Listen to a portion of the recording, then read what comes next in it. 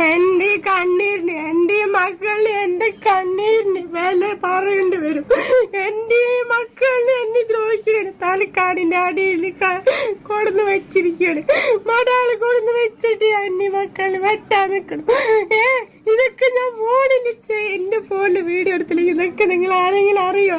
ഞങ്ങൾ എന്തിനാടി നിന്റെ കുടുംബത്തിലെ കാര്യങ്ങൾ അറിയുന്നത്? എന്റെ ആദ്യത്തെ ചോദ്യം നിന്നോട്. ഞങ്ങൾ എന്തിനാ അറിയുന്നത്? നിന്റെ ഫോണിൽ നീ റെക്കോർഡ് ചെയ്യുന്നു. നീ റെക്കോർഡ് ചെയ്യുന്ന സാധനം കൊണ്ട് പോലീസ് സ്റ്റേഷനിൽ പോടി. അതിന് പകരം വന്ന് നിന്റെ ചാനലിലൂടെ ഇട്ട് നാട്ടുകാരെ കാണിക്കുന്ന എന്തിനാ? നിനക്ക് കാശിന് വേണ്ടിയിട്ട് അല്ലേ? അല്ലാതെ മറ്റേ ആരോടും സ്നേഹം പൂത്തിട്ടൊന്നും അല്ലല്ലോ, കാശിന് വേണ്ടിയിട്ട്. അതുകൊണ്ട് തന്നെ ആ സാധനം എടുത്തു വെച്ച് ഞങ്ങൾ അങ്ങോട്ട് അരി വറക്കും. എന്നെ പോലുള്ളവര് ഇത് പറയാനുള്ള കാരണം, നാളെ നീ ഇത് പൊക്കി പിടിച്ചോണ്ട് വരും. അയ്യോ കുറെ ചേട്ടന്മാരുണ്ട് എന്റെ വീഡിയോ എടുത്ത് വെച്ച് അരി വറക്കുന്നു. അരി വറക്കും കേട്ടോ. നീ നാട്ടുകാരെ മറ്റേ പറ്റിച്ചുണ്ടാക്കുന്നുണ്ടല്ലോ, ഞങ്ങൾ അതുപോലെ പറ്റിക്കുന്നില്ല. നിന്നെ പോലെ പറ്റിക്കുന്നവരെ എടുത്തു വെച്ച് അങ്ങോട്ട് കീറും. അതിനകത്തുനിന്ന് കാശുണ്ടാക്കിക്കോളാം. ഓക്കെ, ഇത് നിനക്കുള്ളൊരു മറുപടിയാ. നീ നാളെ പറയാൻ പോകുന്നതിന് മുന്നേ ഞാൻ എറിഞ്ഞു വെച്ചേക്കുന്നതാ. ഇനി നമുക്ക് കാര്യത്തിലേക്ക് പോവാം. ഷാജി, ഈ വീഡിയോ കാണുന്ന കുറച്ച് പേർക്കെങ്കിലും ഒക്കെ ഈ സ്ത്രീയെ അറിയായിരിക്കും. ഇനി അറിയാത്തവർക്ക് വേണ്ടി ഞാൻ വലുതായിട്ടൊന്നും പറയുന്നില്ല, ചെറുതായിട്ടൊന്ന് പറഞ്ഞു തരാം. ഒരു സുന്ദരിയായിട്ടുള്ള സ്ത്രീ, സ്വന്തം കുടുംബത്തെ വിറ്റ് ജീവിക്കുന്ന ഒരു സ്ത്രീ, അങ്ങനെ തന്നെ പറയണം. സ്വന്തം കുടുംബത്തെ യൂട്യൂബ് വഴി വിറ്റ് ജീവിക്കുന്ന ഒരു സ്ത്രീ. ഈ സ്ത്രീയെ പറ്റി ഞാൻ അധികം വീഡിയോ ഒന്നും അങ്ങനെ ചെയ്യാറില്ല. എപ്പോഴെങ്കിലും ഒക്കെ നല്ല വല്ല കോൺട്രവേഴ്സി ആക്കി ഇവർ ഉണ്ടാക്കുമ്പോഴത്തേക്ക് വന്ന് രണ്ട് വർത്താനം പറഞ്ഞിട്ട് പോകും. അതുപോലെ ഇപ്പോ ഒരു കോൺട്രവേഴ്സി ഇവർ ഉണ്ടാക്കാൻ ശ്രമിക്കുകയാണ്. പക്ഷെ ഞാൻ ഇതിന്റെ പുറകെ പിടിച്ചൊന്നും പോകുന്നില്ല. പക്ഷെ ഒരു വീഡിയോ കണ്ടപ്പോൾ 10 വർത്താനം ഈ സ്ത്രീയോട് എനിക്ക് പറയണമെന്ന് തോന്നി. അത് വേറൊന്നുമല്ല, സ്വന്തം ഉമ്മയുടെ, ഇവരും ഇവരുടെ ഉമ്മയൊക്കെ ആയിട്ട് എന്തൊക്കെയോ പ്രശ്നമാണ്. ചിലപ്പോ ഷാജിദ നീ വീഡിയോ കാണുന്നുണ്ടെങ്കിൽ നിന്റെ സൈഡിലായിരിക്കും ശരി മുഴുവൻ. നിന്റെ സൈഡിലാണ് ശരി, നിന്റെ ഓപ്പോസിറ്റ് നിൽക്കുന്നവരെല്ലാം തെറ്റുകാരായിരിക്കും. എന്നാൽ സ്വന്തം ഉമ്മയുടെ ഒരു വീഡിയോ എടുത്തിട്ട് ഉമ്മയുടെ ഷഡ്ഡി ഡാൻസ് എന്നും പറഞ്ഞ് യൂട്യൂബിൽ കൊണ്ടിടുന്ന ഇവളെയൊക്കെ 10 പറഞ്ഞില്ലെങ്കിൽ നിങ്ങളൊന്ന് ആലോചിച്ച് നോക്കിയേ, നമ്മളൊക്കെ എന്തിനാ റിയാക്ട് ചെയ്യാനിരിക്കുന്നത്? നിങ്ങൾക്ക് ആർക്കും കുറെ പേർക്കൊക്കെ ആ ഒരു വീഡിയോ കണ്ടതായിരിക്കും. നിങ്ങളൊന്ന് ആലോചിച്ച് നോക്കിയേ, ഏതെങ്കിലും ഒരു മകള് ചെയ്യുമോ ആ പരിപാടിയൊക്കെ? ഞാൻ നിങ്ങൾക്ക് വേണ്ടിയിട്ട് ഞാൻ ആ വീഡിയോ ഒന്ന് ഇവിടെ കാണിച്ചു തരാം, എന്നിട്ട് ബാക്കി കാര്യങ്ങൾ നമുക്ക് സംസാരിക്കാം. വീഡിയോയിലേക്ക് പോകുന്നതിന് മുന്നേ ഒറ്റ കാര്യം പറഞ്ഞോട്ടെ. എന്റെ വീഡിയോ ആദ്യമായിട്ട് കാണുന്ന ഒരാളാണ് നിങ്ങളെങ്കിൽ പറ്റുമെങ്കിൽ ഒന്ന് സബ്സ്ക്രൈബ് ഒക്കെ ചെയ്യുക, ആ ബെല്ലിലൊക്കെ ഒന്ന് ഞെക്കുക, കൂടാതെ ഒരു ലൈക്ക് ഒക്കെ അങ്ങോട്ട് തരിക.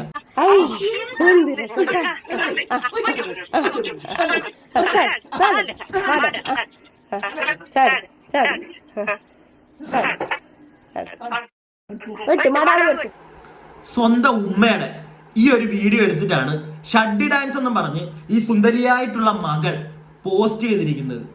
ഷാജിദ, നീ ഇത് കാണുന്നുണ്ടെങ്കിൽ നീ ശരിക്കൊരു നീ ഒരു അമ്മയാണോ? നിനക്കുണ്ടല്ലോ ഒരു 5 പിള്ളേരൊക്കെ ഉണ്ടെന്നാ പറയുന്നത്. നീ ഒരു അമ്മയാണോ? എനിക്ക് അറിയാൻ പാടില്ലാണ്ട് ചോദിക്കുക. ഒരു അമ്മയുടെ വേദനയൊന്നും നിനക്ക് അറിയത്തില്ലേ? നമുക്കൊന്നും ചിലപ്പോൾ മനസ്സിലാവത്തില്ലായിരിക്കും, കാരണം നമ്മളൊന്നും പ്രസവിച്ചിട്ടൊന്നുമില്ല, നമ്മളൊക്കെ ആണുങ്ങളാ, നമുക്ക് അറിയത്തില്ല എന്ന് തന്നെ വെച്ചോ.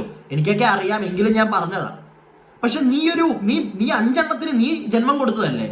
നീ ആ ഉമ്മയുടെ സ്ഥാനത്ത് നിന്ന് നീ ഒന്ന് ആലോചിച്ച് നോക്കിയ. നാളെ നിന്റെ പിള്ളേര് നിനക്കെതിരെ നിന്റെ ഏതെങ്കിലും ഒരു കോപ്രായം എടുത്തു വെച്ചിട്ട് ഇതുപോലൊരു സാധനം അവമാനം അങ്ങോട്ട് ഇറക്കി കഴിഞ്ഞാൽ നിനക്ക് പൊള്ളുവോ?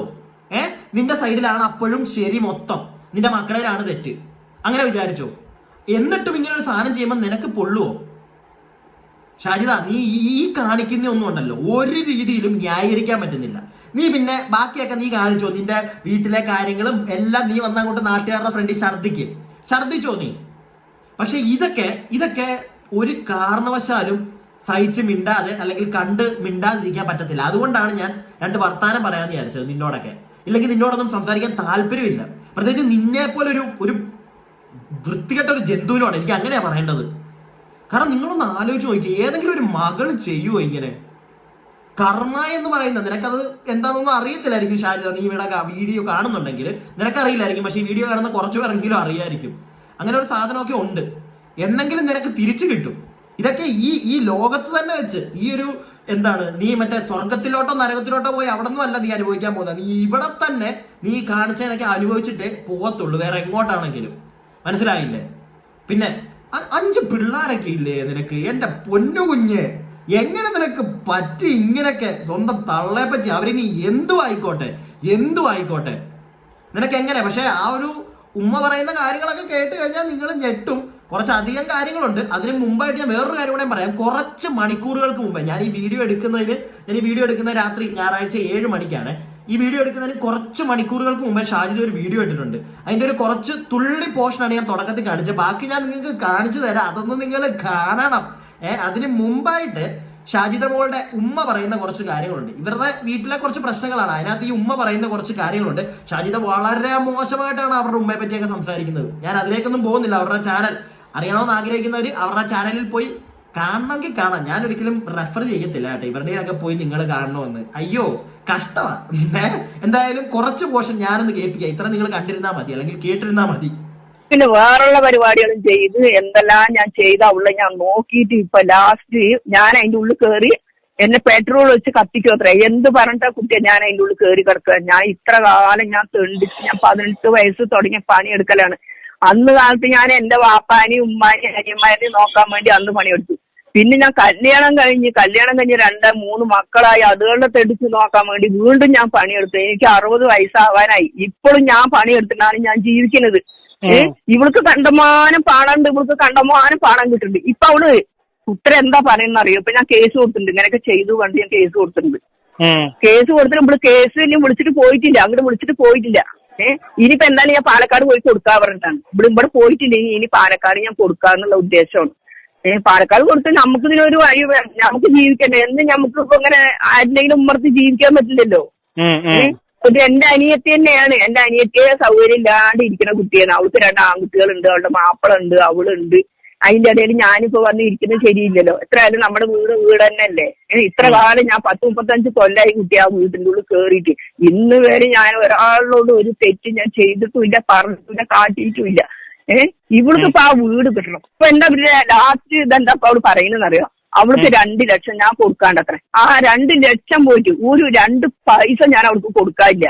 പിന്നെ ഒരു കാര്യം, അവിടെ എനിക്കൊരു കാതിലേക്ക് ഇതിലടക്കി അവളെ അങ്ങനെ നോക്കിയതല്ലേ. അപ്പൊ അവിടെ ഒരു കാതിലേക്ക് ഒരു സ്റ്റഡ് വാങ്ങിച്ചു വന്നിട്ടുണ്ടായിരുന്നു. എന്റെ കാതിൽ ഒരു സ്റ്റഡ് ഉണ്ടായിരുന്നു. ആ സ്റ്റഡ് അരപ്പാവിന്റെ സ്വർണ്ണമാണ്. ആ അരപ്പാവിന്റെ അവള് കൊണ്ടേ വിറ്റു. അവളുടെ മാപ്പിടെ അവളും കൂടി വള പണയം വെക്കുന്ന സമയത്ത് ഇവിടെ എന്റെ കാതിൽ തൂരി കൊണ്ടേതാണ്. എന്നിട്ട് ഇവിടെ എന്ത് പറഞ്ഞു? ഉമ്മ ആ കാതിൽ വീണ് പോയി, കാണാല്ല. അതെങ്ങനെ വീണ് പോവോ? ഒരു വളയും 2 കാതിലത്തെയും കൂടി വെച്ചാ അതെങ്ങനെ വീണ് പോകും? എന്റെ ആങ്ങളെ എനിക്ക് വാങ്ങിച്ചു തന്ന കാതിലത്തെ.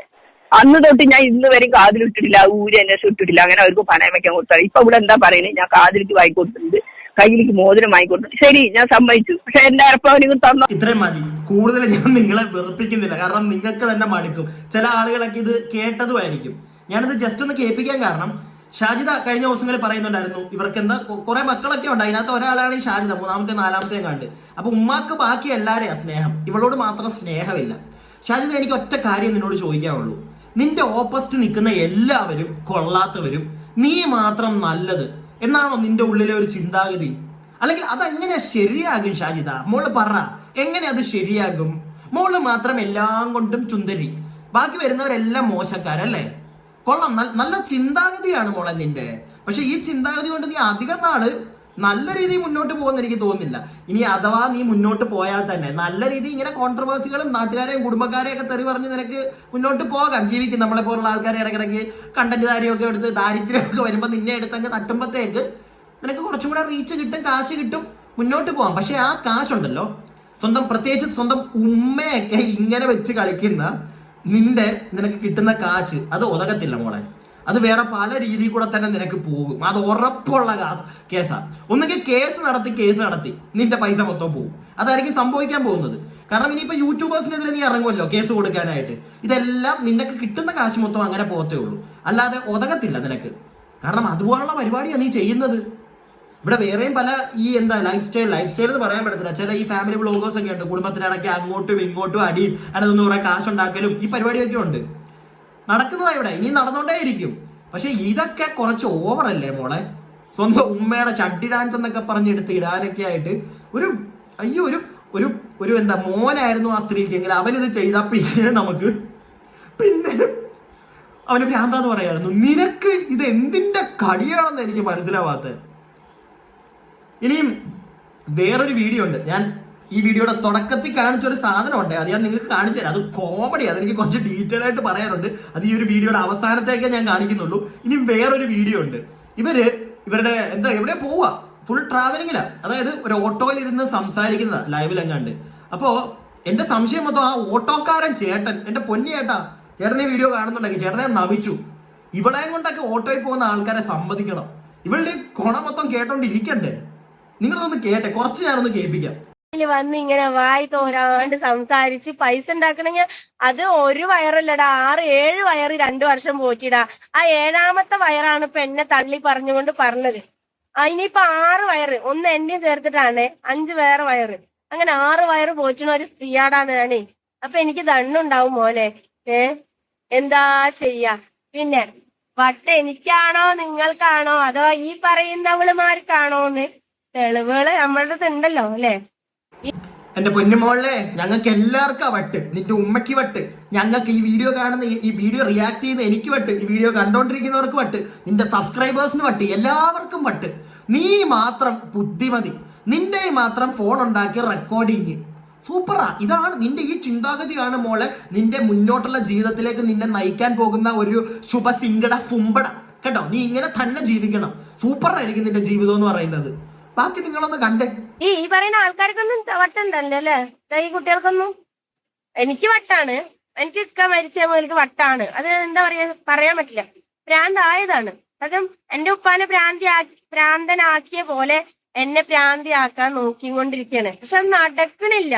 ഭ്രാന്തിയാക്കി മുക്കിലിരുത്താന്ന് വിചാരിക്കുന്നുണ്ട്, പക്ഷെ നടക്കാത്തോണ്ട് എന്തൊക്കെയോ കാട്ടിക്കൂട്ടുണ്ട്.